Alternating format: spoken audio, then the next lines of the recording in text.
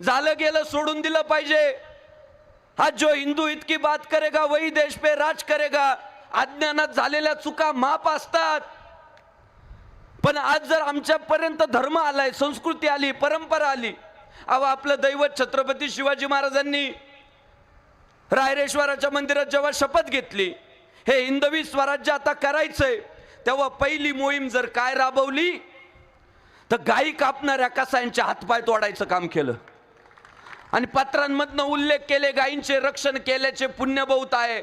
महाराज त्या गोमातेने इतका भरभरून आशीर्वाद दिला ना, पुढच्या काहीच काळामध्ये रायगडावर 32 मन सुवर्ण सिंहासन उभं राहिलं आणि राजा छत्रपती शिवाजी महाराज झाले।